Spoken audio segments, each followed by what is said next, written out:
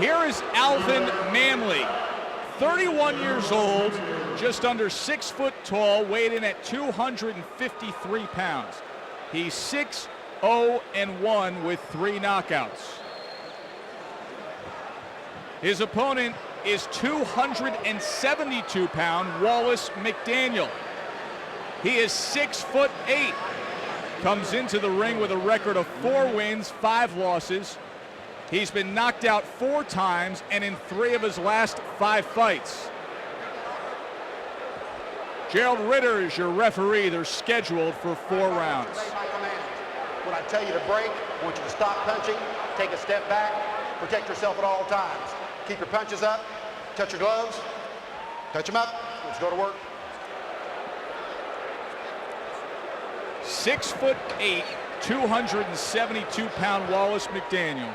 Now, Teddy, I guess that size don't mean a thing if you don't got that zing, because he has gone down in the first round 2 times. He was knocked out in the first round in his last fight. That was in May. 3 of his last 5 he's been down on the canvas and out. So if McDaniel can stay up for a little while, it might be a good idea to go to the soft body of Manley. As you said, McDaniel been knocked out plenty of times. 9 fights for McDaniel. He's been knocked out in half of them. 4 times. Well, at least he's consistent. Body shot from Manley. Oh, look at that, Teddy. This is the case where the taller guy gives himself problems by being tall, because he stands straight up tall when he's close to a shorter man. Instead of being an advantage to be tall, he just gives you a lot of target to hit.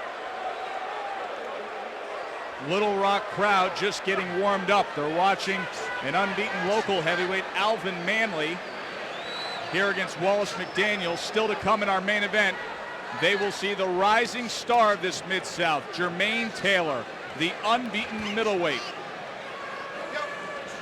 Obviously, Manley, the shorter man, when he gets inside, doesn't want to be getting tied up. He wants to do that.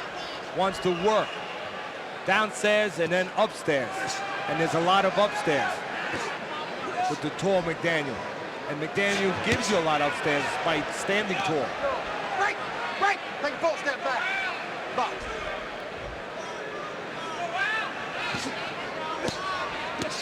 Manley's been inactive. It's been a year since the last time he was in the ring. In the back of the head. Box. And in his short career of 6-0-1, Manley's had a lot of inactivity.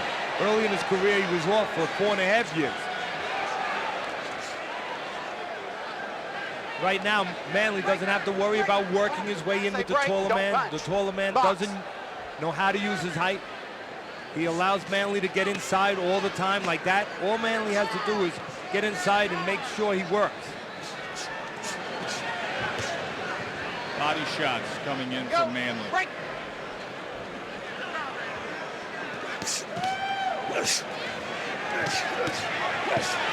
Connecting upstairs now against the 6'8" Wallace McDaniel.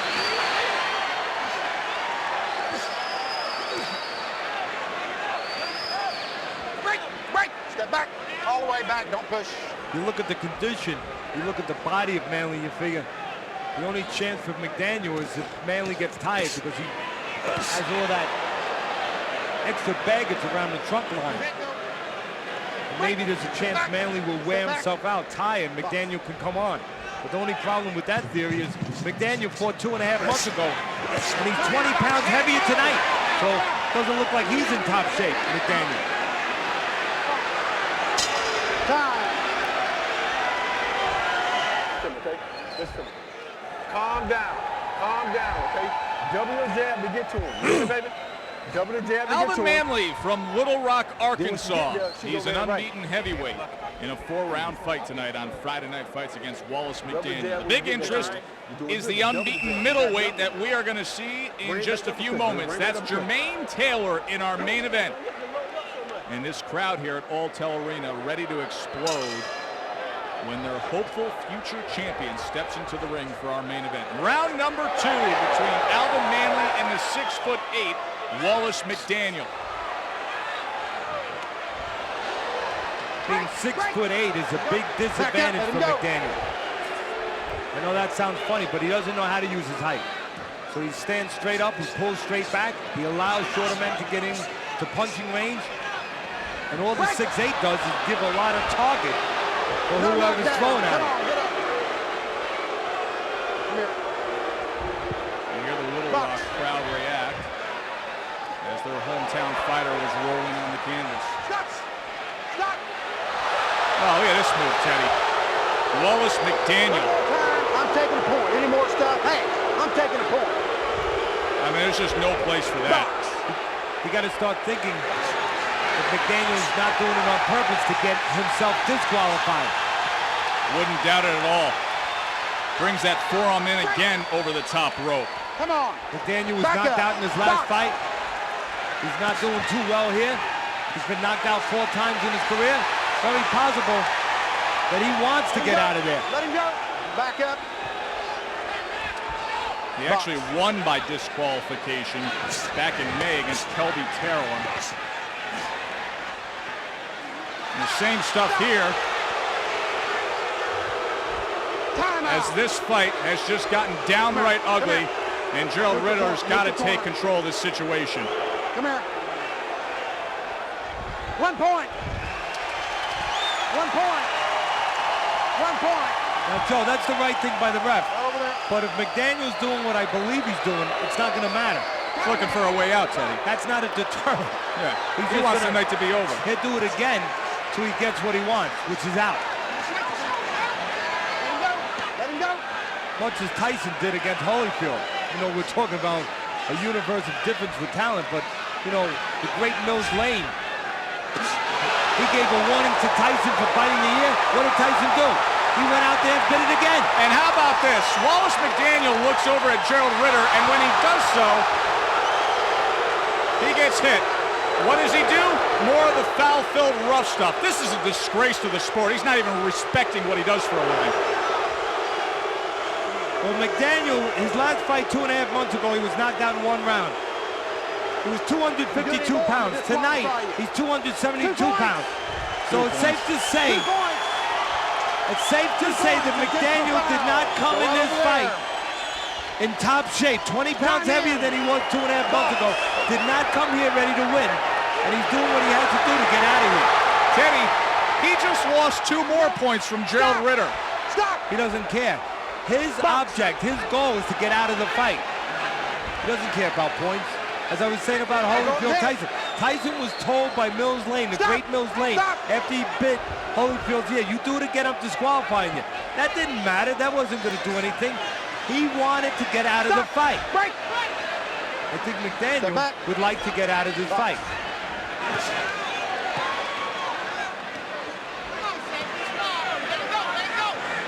Right now, the only thing keeping McDaniel in the fight is Manley. Manley gets inside, he smothers himself. Manley keeps those hands going, this fight will be over. He's getting smothered again by the toil of McDaniel. That's what's keeping McDaniel alive. A disgraceful 2nd round. Don't hit at the bell. You're gonna get one. Don't hit. Alvin Manley had to suffer through a foul-filled 2nd round against Wallace McDaniel. 3 points were deducted after the fouls of Wallace McDaniel. Round number 3. Right now, the best punch for Manley maybe to throw would be the uppercut. Because just watch.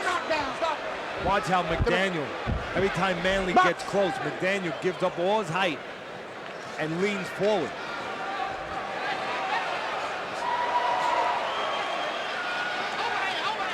Manley can restrain himself just a little bit as he gets close and not smother himself. Right here, take a little step back and throw that uppercut. Right here, there's the uppercut. Blood from the nose of Wallace McDaniel. Manley able to connect. You can see again, every time Manley gets close to McDaniel, McDaniel not thinking about fighting, thinking about just covering up and surviving, and he leans forward. Now this is where the uppercut can be very effective. If Manley can just think a little bit and restrain himself and not smother himself. You don't see that often, folks. Teddy Atlas's scorecard with a 10-6 round. 3-point deduction. Again, the tall McDaniel. And there's some fouling again. I'll disqualify you next time. That's exactly what he wants, I think. He's probably saying to himself, well, what the heck? What more does it have to take, Gerald? Gerald? What is taking you so long? Gerald Ritter keeping this fight going after Wallace McDaniel continues to disgrace himself.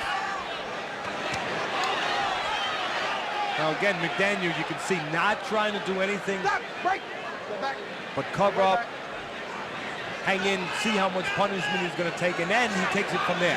He takes a lot, then he might do something to get out. But now he's going to do something. He's going to sit down.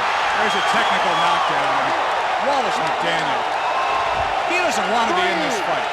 4, 5. Does he even understand that sitting on the rope, Hey, walk toward me. You can't use what that constitutes? No, I don't think he even knows. No, he was disputing that with Yeah, he was the referee, disputing it, Teddy. saying, I wasn't down. No, I'm not down. I'm just sitting on the rope. I'm sitting over here. There was no stool available, so I used the rope. Look at And this. there's He the wants a forearm. DQ. He There's wants the a DQ. forearm, and there goes the DQ. Just what he wanted. The referee finally gave it to him. That was one of the most disgraceful displays of professionalism you will ever see in pro sports. What is the point of Wallace McDaniel even being in the ring tonight if he's going to do that? 2:28 of round number 3 disqualified by Gerald Ritter, who gave him every chance to be a pro and to fight on. Wallace McDaniel didn't want it.